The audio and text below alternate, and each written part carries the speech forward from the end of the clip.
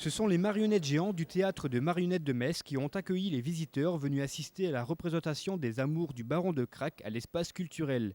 Mise en scène par Jean Poirson, l'histoire est celle du Baron de Crac, fou amoureux de Yolande de Kerbignou de Trougastel.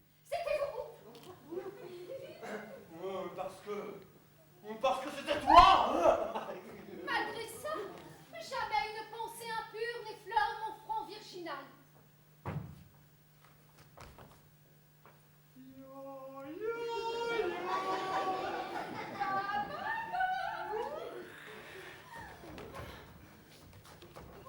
Rien qu'à l'aspect cavalier de vos bêtes. Mais c'est sans compter sur l'horrible Morsauf, prêt à tout pour empêcher cet amour entre le baron et Yolande. Oh, moi aussi.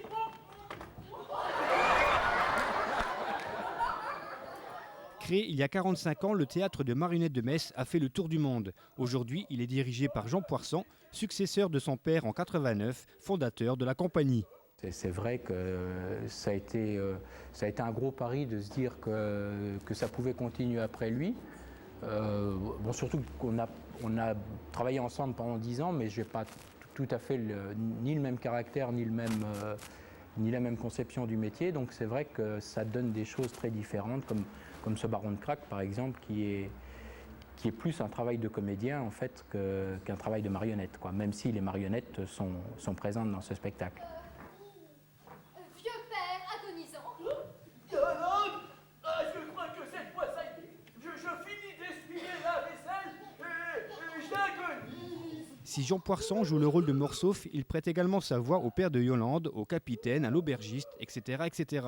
Autant de rôles joués par des marionnettes, un exercice difficile mais tellement passionnant. Moi, c'est ce qui m'intéresse, quoi. Hein, j'aime pas trop les spectacles de marionnettes simples. Je trouve ça généralement un peu trop ennuyeux, en fait. Hein. J'aime bien en fait de proposer la dynamique du comédien d'un côté, et puis la poésie que peut apporter la marionnette, quoi, ou le côté époustouflant et bourriffé de la marionnette.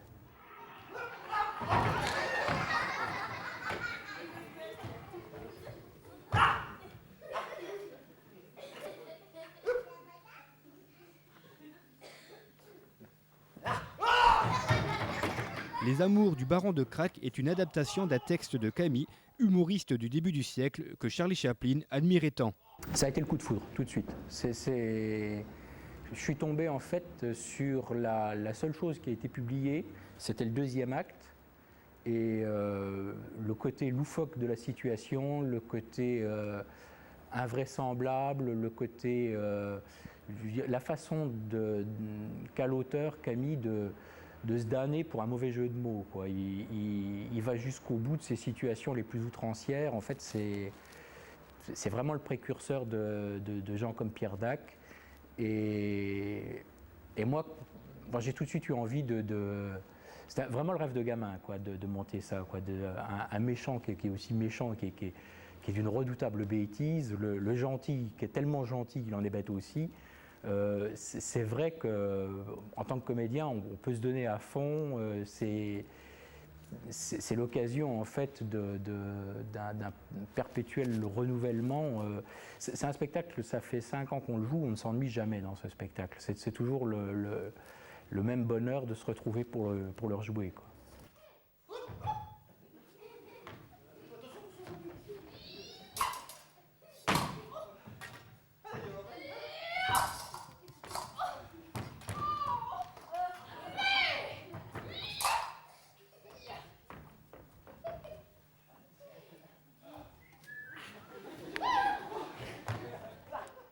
Pour vous, est-ce que le comique demande-t-il plus de travail que la tragédie ou le drame ? C'est-à-dire que je me sens très peu tragédien dans l'âme, donc pour moi ça ne se pose pas trop comme problème. Bon, c'est vrai que ce qu'il faut pour un spectacle comme le Baron de Crac, à la fois c'est un travail, bon, il y a une partie, je dirais, d'improvisation qui fait que le spectacle se renouvelle constamment. Et il y a l'improvisation, ça nécessite un réglage minutieux, mais Le gag, c'est avant tout une histoire de rythme, c'est une histoire de connivence. C'est vrai qu'il faut être à la fois en pleine forme physiquement, avoir conscience de toutes ces possibilités de comédien pour que ça marche vraiment, quoi, en fait. Hein. C'est vraiment une mécanique très très bien huilée, ce Baron de Crac.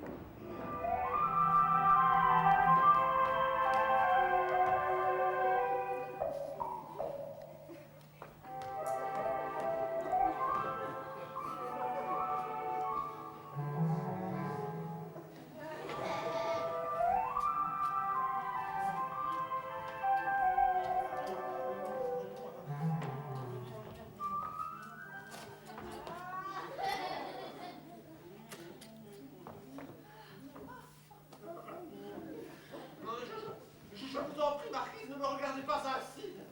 Il est de telles œillades qu'un chaste gentilhomme ne peut supporter sans rougir. Aux côtés de Jean Poirson et dans le rôle principal, Christian Magnani interprète le Baron de Crac.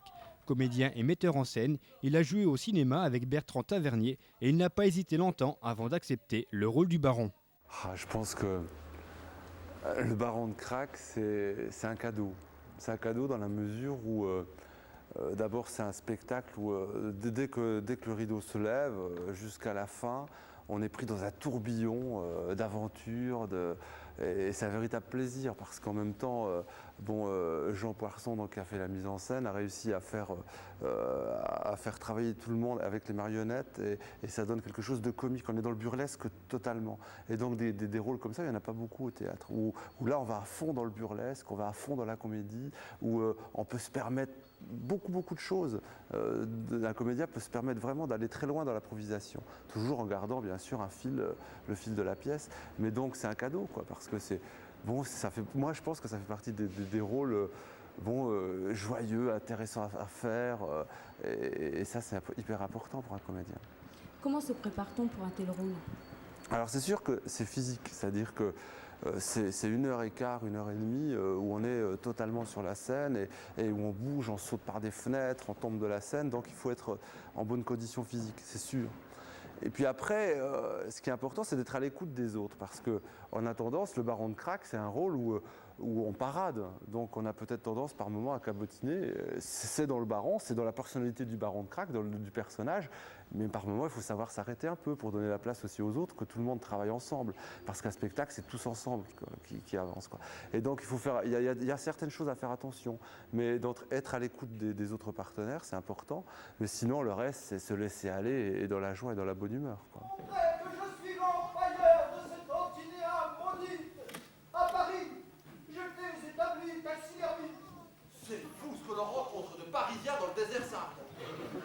Créatrice de toutes les marionnettes des spectacles de la compagnie, Françoise Giannoli joue également le double rôle de l'Ingrate Pompadour et d'Atinéa, reine de l'Atlantide. Il se trouve qu'avant de créer des marionnettes, j'ai fait du théâtre en amateur, j'ai fait de la sculpture et j'ai eu la merveilleuse opportunité de joindre les deux dans cette même occupation de créer des marionnettes et ensuite de jouer avec ou sans marionnettes.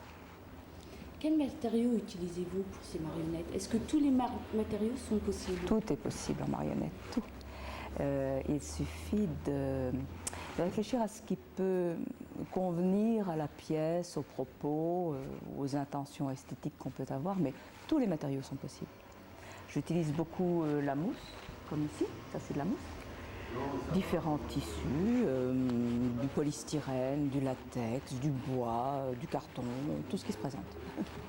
Pour la pièce, Les Amours du Baron de Crac, qu'avez-vous utilisé comme matériaux pour vos marionnettes? Alors, les marionnettes du Baron sont sculptées en polystyrène et ensuite enduites, habillées, décorées de différents matériaux textiles, sauf une qui est en mousse.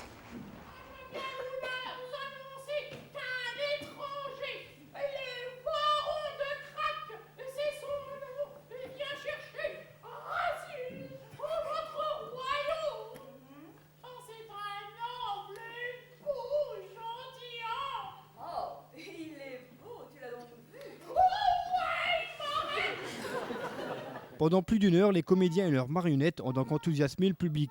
Dommage pour ceux qui ont raté ce rendez-vous, mais pour les personnes présentes, ce baran en a fait craquer plus d'un.